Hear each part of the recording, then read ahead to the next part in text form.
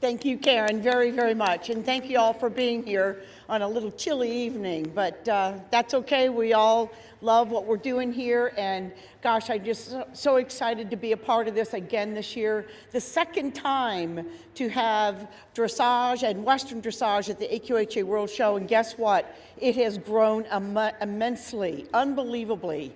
Right now, we are 150% up on the entries for dressage and Western dressage, 60% with the dressage, and 90% with Western dressage. So there we go. I think a big marriage to that is, and again, a goal that we all have, is really putting those ranch riding enthusiasts with the Western dressage. I think, and that's what's here at the World Show. We got them close together, and the ranch horses are going in one ring, and they're coming back over in the dressage ring on Friday, Saturday, coming up this week. The English dressage is a little lighter because we need to get our hunters. We need to get those together. Those that do hunters, equitation over fences, or on the flat. Eventing, we had some eventing riders last year. Jumping, yes, I saw the hand go up. We love that, and we need to combine that together with our amazing American quarter horse. So amazing results. 150% increase in entries. So what we want to do tonight is increase it even more the next years to come, because we want you to be there with us and showing the ring. I want to first introduce my rider here. If we'll move our camera over to Marie Frances Davis. Marie, if you would just pick up the working trot for us, please. She's going to start out with the dressage, and we really can't do the patterns, or in dressage we call them tests, because there's so many. We've got 4 days of it and lots of tests. However, we're going to show elements of those to get you started in the ring, and the most popular tests are always your lower level tests, and that's where we start and we move up the ladder as we progress with our own skills and the development and training of the horse. She's on a lovely 10-year-old appendix quarter horse mare. Here's To Your Honor is her name. And we're going to just show elements of a test, and we're going to kind of do a dressage 101 so we can encourage all of you to come join us in this fun arena in your future if you haven't already started it. What I also love about this Facebook Live we have tonight is those that can look back and study it, and we're hoping you're really going to have some good things to be encouraged about, but get started yourself as well. The rest of the week, we will have a live feed, so join us starting tomorrow. The next 2 days will be dressage, and for amateur, youth, and the open riders. And on Friday, Saturday, we have the Western dressage. And we even got 2 rings going. We have so many entries, so you won't want to miss that. Now, as Marie's working right now, we call working trot. A working trot is an energetic, we want the horse to show a desire to go forward, covering ground stride, but of course being totally relaxed and fluid at the same time, and having regularity of steps, which means a 2-beat trot and the same rhythm throughout the figures that she may do. If you make a circle down that end, Marie, and then let's go ahead and enter. The first thing I want to do is we always begin a test or end a test on the center line. We do start our test and with a halt at X. X, it designates the exact middle distance of the length and the width of our rectangle arena. The arena is 20 meters by 40, or can be 20 by 60, which we see here in the arena, and I'll show you more details in just a moment. So as she's coming down, she trotted and walked to the halt, right at X. Horse is relatively square. She could be more square, which means the front and hind legs are matched together. And then she did a salute. So Marie, we're going to do that one more time, and let's do trot halt. In our basic Western, you do trot walk halt, but in the dressage, even in your training level, which is your first level of walk, trot, and canter, you want to do a trot halt transition. So let's go for a little higher score, a little bit more energy of your trot, please. Very nice. And then you're going to find your center line with your eye looking over your right shoulder in the corner and ride to it. Very good. And keep the same tempo as she did through the turn.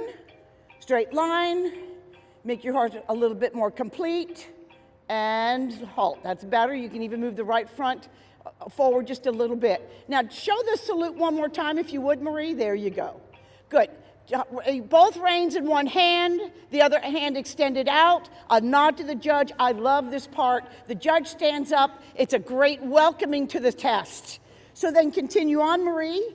And in this 60-meter arena, I'm going to show you those, the math and the geometry here in just a minute. In the 60-meter arena, you can make the next element in the lower levels is we have to master the almighty 20-meter circle. The arena is 20 meters wide. Hey, don't worry about not knowing meters. It's just merely 3 feet. It's 3 feet, 3 inches, but 3 foot long is 1 meter. And we're going to start it at A, which A and C is always the one letter on the short side of the ring. And start your circle now. Just a little more energy, if you would, Marie. A little bit more forward. Very good. She has to hit 1 stride on the rail, and then she's going to be 6 feet or 2 meters beyond that imaginary line of P and V. 1 stride against the rail there, showing 20 meters wide, and then ending it right back at A. Then Marie, if you would come down, you can also do a 20-meter circle in the middle of the arena on that 60-meter arena at E or B. So let's do it at B. Then to get the 20 meters, 10 meters on either side of B, on the center line, you want to be 6 feet just beyond. No, you're going to be an inward, Marie. You're a little bit too big there. You're going to be 6 feet beyond the imaginary line of V and P. That's better. Very nice. And then ending that circle exactly and accurately at B. And then the third 20-meter circle can then be fit in the arena without changing your tracks or crossing your tracks at C. So just like A, you're going to have 1 spot mark in the first quarter of the circle, right against the rail, 1 stride. Then 6 feet beyond that S and R on the center line. Then, again, 1 stride against the rail, and don't ride in your corner. There you go, a little bit deep in the corner. She gets back to C early. So those little elements in those circles can mean the difference of where the score is rated. And the score will be rated. I'm going to go over scores also as we continue on. So then another nice figure that we also do is changing rein. So Marie, let's change rein. Change rein means changing direction. F, X, H. So she's going to start, and just like we know in our patterns in the quarter horse of the breed world, you want to start a figure when the horse's shoulder hits the letter like a marker or cone, and you want to finish it where the horse's shoulder hits the letter, marker, or cone. So she's right back at H, very accurate and well done, and now she's tracking to the right. How you know if your rights or lefts? Whatever arm's closest to the middle of the ring tells you your direction. So there we changed rein, or merely changing direction across the diagonal of the ring. So Marie, when we get to letter A, let's go to the walk or a working walk. Again, the walk is an active gait. You want the horse's hind leg to over-track the front leg, keep the walk active. Over that front footprint, makes a very good long stride and keep it active. Then when you get to letter V, let's change rein again, but a free walk. Free walk's very important because it's a time 2 element. So when you have your horse connected and correctly collected and balanced, then we want the horse to stretch because we can't always keep him compact. A little bit longer walk and a little straighter.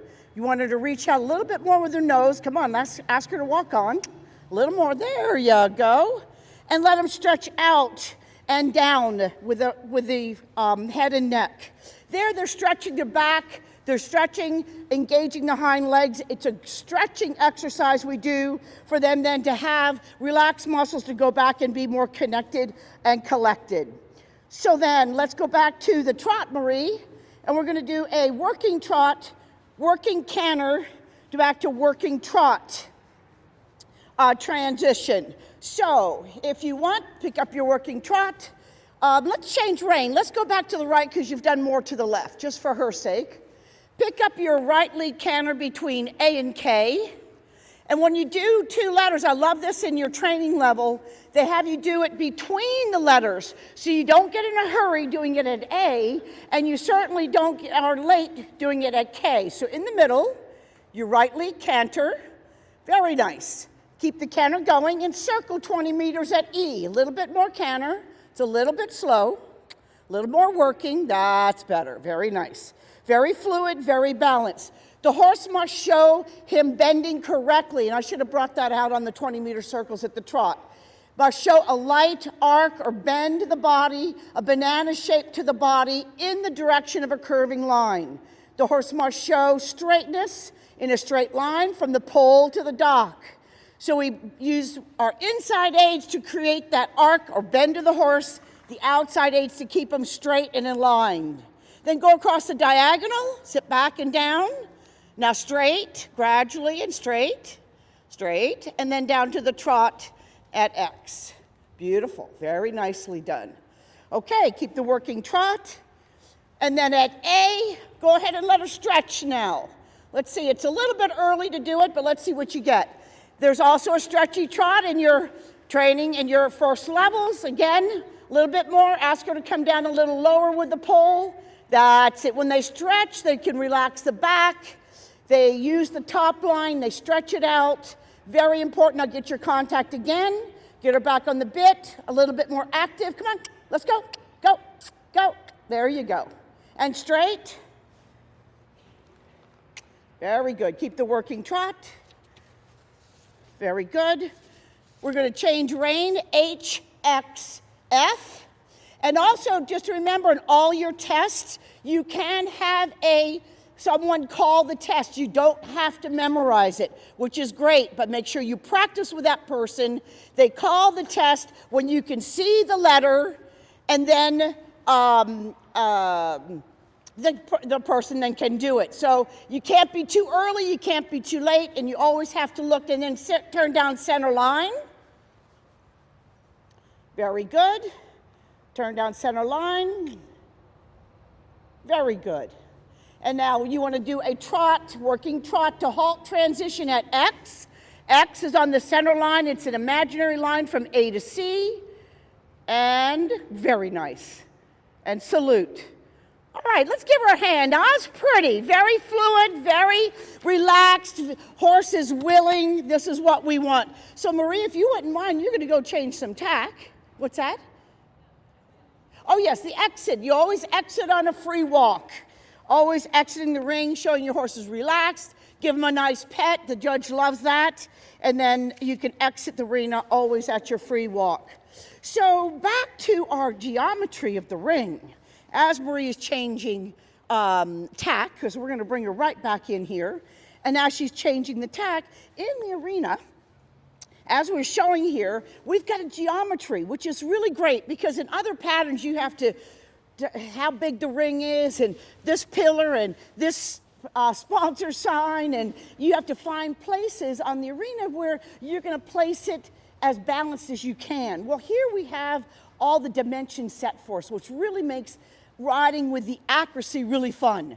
You ride with precision, having your transitions right at the markers just like you do in all other kind of pattern classes. So that's why the similarity is so good. We want you to come in this arena too. So if you like pattern classes, you're going to love this. But we have some imaginary lines we got to find so it really makes the strategy of where you're going great, but you still can be accurate because of the sizes always designate what you need. We have an imaginary straight line of the center line, as we mentioned. The middle of this, the length and the width is X. But all these letters, D, L, X, I, and G, on the center line, you will always find them underneath the large letter on the arena. Then we also have an imaginary quarter line that you can ride. I was going to have Marie in the Western do a serpentine on the quarter line. That really is a very, very interesting figure to do because you have no boundaries. You don't have a rail to go to. So there you've got to find the quarter lines, which really makes it a fun figure to ride. But always in the 60-meter arena, you're going to have 6 meters from the corner to F or K or to M or H. And then 12 meters in between the other letters. So there you can do the math. If you need a 20-meter size, then when you do your first level, it comes to 15-meter size. And then the higher levels with your collected movements, you're going to have even smaller circles of 10 meters.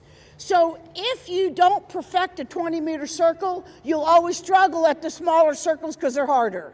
So that's why always in the basic, the training, your intro levels, all those tests will always, and even in your first levels, you still have your 20-meter circles to keep perfecting them. And the more that you perfect them, the easier you can ride the harder maneuvers. So that I wanted to mention about the geometry of the ring, because that really, if you like to ride with precision and you like to ride with accuracy, you like those challenges, it really gives you a great concentration. That's what it's all about. I know I love it, and it's really a fun ride. So anyway, Marie's coming back with the Western here in just a moment. And as she comes back, I'm just going to talk a little bit about the test that you get back from the judge. Now, this is really cool. I know you guys that are watching over there, you know what I'm talking about. But we all want to know what our scores are. And we love to hear a judge's comments when we compete. Because if you're a good competitor and you really want to do well, that goes along with being a competitor. So we're always learning. We're always trying to improve ourselves and, of course, improve the willingness of the horse. Because when the horse is willing in this arena, you're going to get good scores. But the test that you get back is a full test where you got every element of the test. Each of those elements are scored, and most all the elements you're going to get a comment back from the judge, which I love. So I'll tell you the scoring in just a minute, but there's also another really neat scoring, the collective marks, and I'm going to explain them.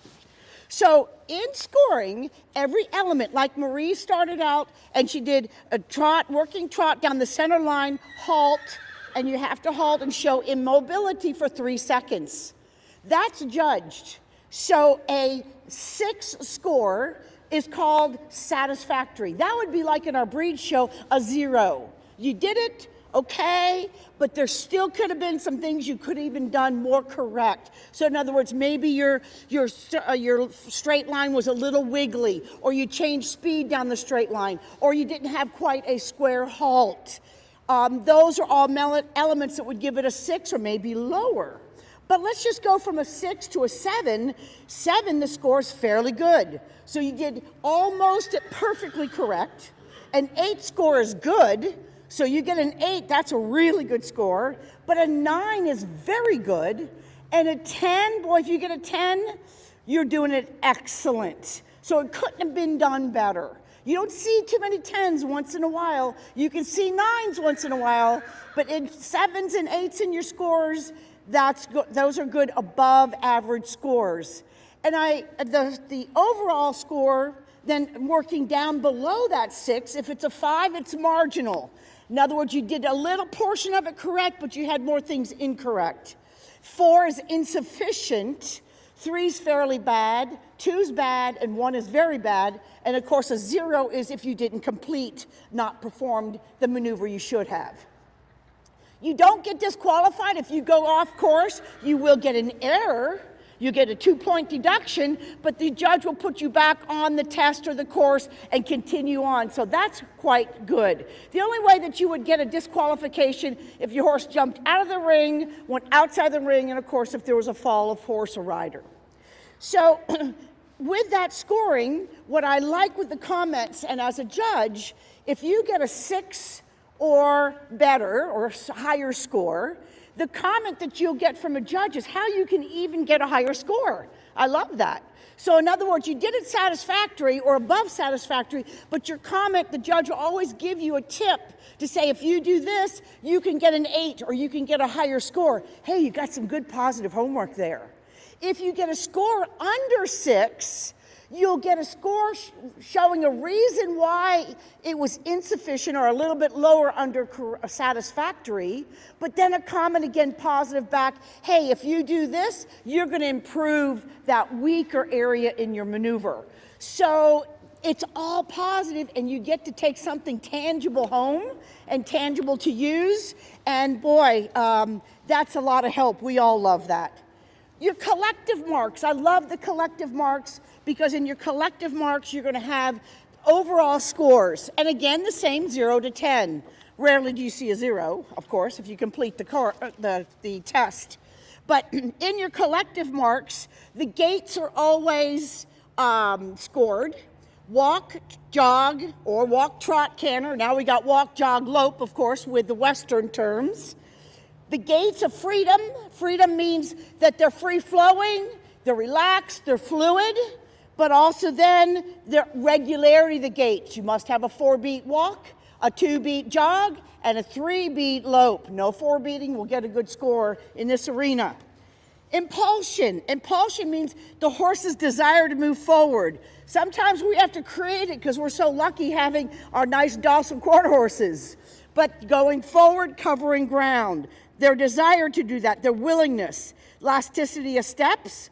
Suppleness of the back. That means we don't want a tight neck. If they're head-setted in front, you tighten the neck, you tighten the back, and you shorten the engagement of the hind leg steps. We don't want that. We want just the opposite. We want the engagement of the hindquarters, suppleness of the back. So that's a horse that's relaxed, and Marie's showing you a nice example of that here with this horse. Submission. I'm not so much like that word, but submission is a positive way that it shows that the horse is a willing horse and cooperating with harmony, attention, confidence, acceptance of the bit and aids, straightness, lightness of the forehand, and ease of movements. So all of that smoothness, lightness, relaxation, fluidity, willingness, harmony, all those things that we love about riding our horses is always emphasized here in this arena. These are the two next scores that I like the best. I always look at my test first. Rider's position, correct rider's position and seat. Alignment, posture, suitability, weight placement, following mechanics of the gaits. Then second, I always look first on my card or my test when I get it back, rider's correct and effective use of aids. Clarity, being subtle, independence, and accuracy of the test. Those are all overall scores. Your impulsion and your submission are ×2. So there you get overall scores along with each element of the test.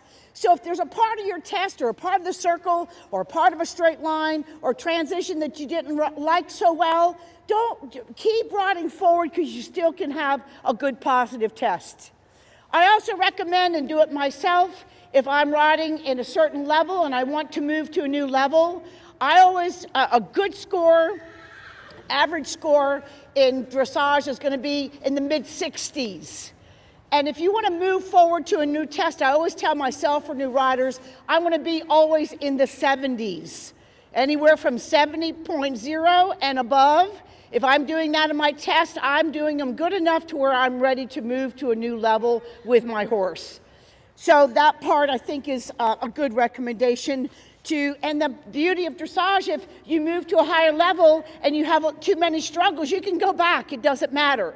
You can make your own decision, and that's really positive that you can work out for yourself and or with your trainer. So Marie, with our all great quarter horses, let's go ahead and in the Western tack, let's show a few elements and the next level up more toward the first level. So we're going to start out with the working jog. Let's do a serpentine, this time on the quarter line to quarter line. So as you're tracking to the left, after you pass A, which really should be in the middle of that short side, it's just off for our practice earlier today. After you pass A, look down the other side of the ring, find your quarter line. Do sitting trot, please. Sitting jog. Okay, bend your horse a little bit. Oh, you're going to do a serpentine on the quarter line. No, quarter line to quarter line. You're doing a loop right now, or a baby loop. Good. Back to sitting trot. And in the first level, in the Western dressage, sitting or posting is optional. Very good. A little bit more energy. There's your quarter line. Now come to where your 20-meter spot is. Be right 6 feet beyond S&R. Very good. Now, your half circle to the right, to this quarter line, be in the middle of it at B. That's it. Back to the quarter line on the other side of A. And now you bend your horse to the left, left half circle, quarter line, you're too big. You don't go to the rail, you're too big. There you go. Do it one more time.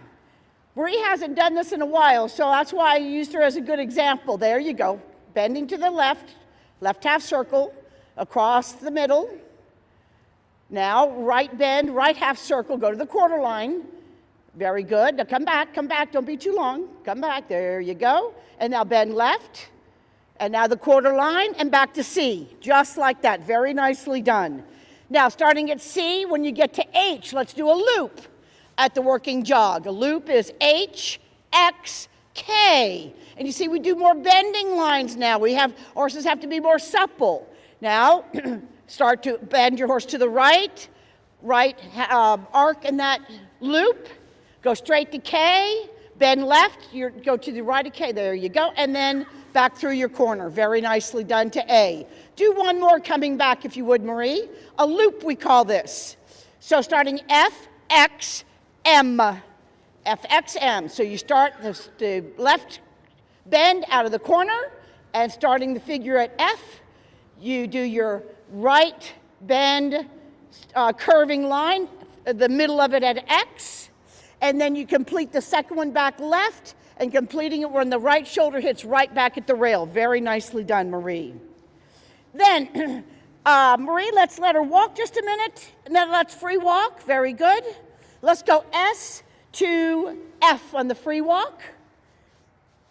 Then, as you see in the Western, we also want our horses to be with a light contact, no loose reins, no floppy reins. The horse must be coming and being ridden from the leg to the hand. As you see, that's why the horse is willing. Now we got a really nice stretch. Pole is going lower than the top line, which we want to stretch the back, just like that.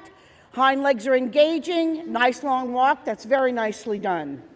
So gather your reins. The horse should accept the contact without any resistance.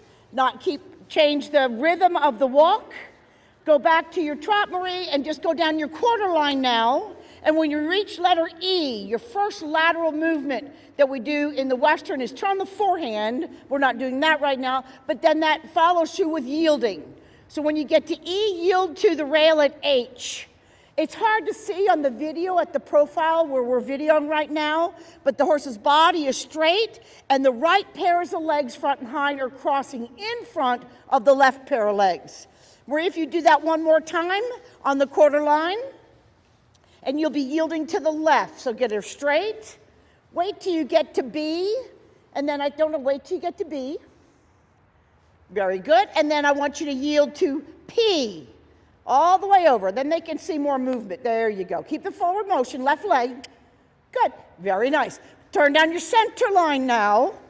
Now you got even a little bit more distance to go, but I'm going to have you go longer. Start at letter L, which is underneath P and V, and leg yield to H.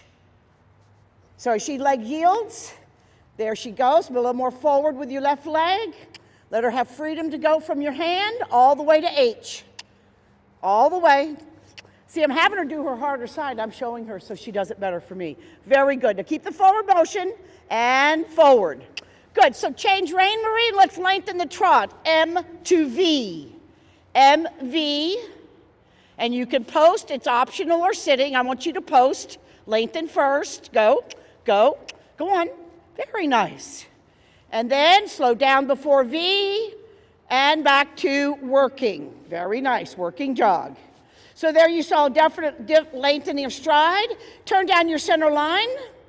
And one more yield to the right. Wait till you get to L, which is your letter on the center line from P and V, and go all the way to M.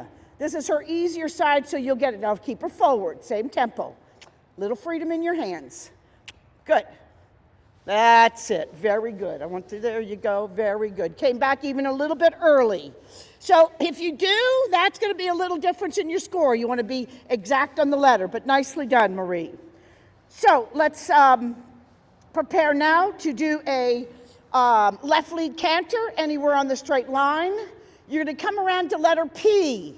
And of course, in the First level, you got harder circles, so you're going to do a 15-meter circle at P. Good, very nice. Good, nice collect, just a tad slow. A little bit your inside leg. Good, now start to get your distance. You need 15 meters at P, stay a little bit bigger. Now you want your quarter line. A little bit more forward, you're a little too slow. A little more forward, that's better. All the way back to P, and then go straight. Very nice, 3 beat, beautiful balance, correct bend and positioning of the horse. Very nicely done. So, Marie, let's do this. And you come out of the corner, H, keep the canter. I want you to do H to V, a lengthening lope. Lengthen the lope, H to V. Very good with the canter depart and balance. Very good, your horse kept the alignment, perfect. The outline is excellent. That's a better rhythm. Now come out of the corner, gradually lengthen, lengthen, stay relaxed, lengthen, lengthen, lengthen, lengthen, very nice. Now start to exhale, sit, collect, and slow down. Very nice, back to working. Back to working, very good. A little bit strong in your hands, sit, close your leg. Now another circle at P. 15 meter. As you complete the 15-meter circle, come back down to your working trot. Working trot, listen to me, in the Western. Working jog. That's why I grew up in the English dressage saddle, so sorry. There we go, but I love both. Very nice. Okay. So one last thing. At the trot at C, I want you to do a stretchy trot at C. Rise to the trot. Gradually let the reins go longer. That's it. Let them go longer. Good. Now send her forward. Keep her on the diagonal. Let her stretch a little bit longer. Keep the contact now. You don't want a loose rein like the free walk. You want to keep a contact. She still didn't stretch enough. One more time. She can stretch longer. Let the outline go longer. That's it. Let it go longer. Outside range. She's looking around a little bit, but that's okay. Not bad. There you go. Now she's starting to stretch better. Very nice. Could be a little bit more. So that would be a satisfactory 6. Okay, back to the sitting trot. Working. Very nice. Then you're going to turn. Let's do a half circle at E, and let's halt at G. You can halt at different places at an end of a test. The beginning of your test will always be at X. Forward, forward, forward. Very good. And halt at G. Now this is jog, halt. No walk in between. Very nice. And halt. Straight, we'll get square. Very nicely done. And a salute. Let's give her a hand. Very, very nice. And probably the last time she's ridden this mare is probably a couple months ago. So thank you very, very much, Marie. Let's give her another round of applause, please. What a nice job that she's done in this wonderful horse, and I can't wait to show her this weekend.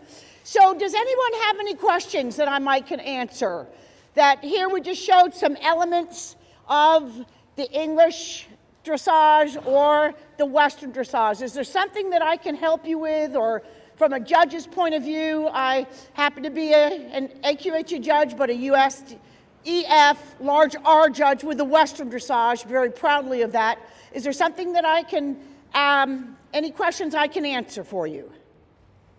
Need a question? Yes, ma'am. Can you help explain the difference between the tempo or the speed of the working jog versus the working trot? Okay, that's a great question. How can you difference the difference between working trot and working jog? Working trot is going to be more ground covering than a working jog. You have to judge the gait according to the horse. Both the hind legs should track where the front footprint takes off. Okay, that's number one, even if it's Western or English. So but both English and Western, they have to have energy to the trot, to the gaits. Marie had adequate energy, not enough for me. In her gait, she was still in the quality of 6 to maybe 7s. I want more activity. Activity doesn't mean running. It doesn't mean quick and fast, but I want a little bit more energy where it's crisper and more definition of the tempo. So you have to, even though we showed a great example, and there's so many people entered here that's going to do English and Western with the same horse. You can't change how they move, but you want more ground cover in the dressage. You want ground cover without quickness and running of the legs in the working jog. You don't want a Western pleasure jog. If either horse, she was more for me, she would have had a lower score with her, not the submission, the impulsion overall for me. But again, Marie's not competing, she's just demonstrating here for us, and she can do what she can do for us. But personally myself, to get higher scores, she'd have to show more energy both in the dressage and the Western in the jog or the trot movement. You agree with me, I see you back there. I agree. So again, I would much rather see something she demonstrated with a little lack of energy and impulsion, rather than a horse that's too fast and quick and surging in their speed and not staying straight and balanced and all the above, because there you're going to have some resistance and challenges. But one thing to remember, we don't want the hind legs going up and down. We want in both jog or lope, we want reaching strides. We want them covering ground, okay? It's hard to really describe the difference because every horse is going to be a little different. But again, here we had good accuracy, but I would have liked to have seen it another notch with more energy, which I'm going to try to create as I would be showing the same horse in both disciplines. Okay? That's a great question. How about another one? One more. Come on, Rebecca, I know you got something there. One more question before we tally up. What's the difference then, likewise, between a stretchy circle in the traditional and free jog in Western? Okay, very good. What's the difference between the horse stretching at the trot in the dressage opposed to stretching at the trot in Western? There should be no difference in the outline of the horse. Again, what Marie did here, average, satisfactory, 6s for me. Free walk was a little more than the stretchy trot. The stretchy trot, you want the same thing as a free walk without loose reins. You want loose reins at the free walk. But you want the horse to stretch when the horse is collected correctly or connected correctly and not head-setted, not hand-ridden. They're invited to stretch. They may need a little bit more work. This horse needed more engagement. She needed more energy. She needed a little bit more compact to where she's a little more compact and when the stretch comes, she's going to go, oh, she's invited to it. She loves it.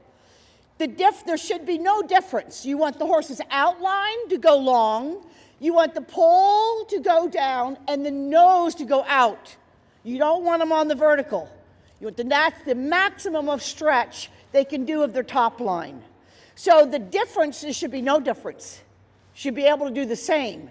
If a horse goes along a little bit like she did, she wasn't worked enough to maximize her stretch. She needed more exercise and more collected work, so the stretch it was more inviting for her, okay?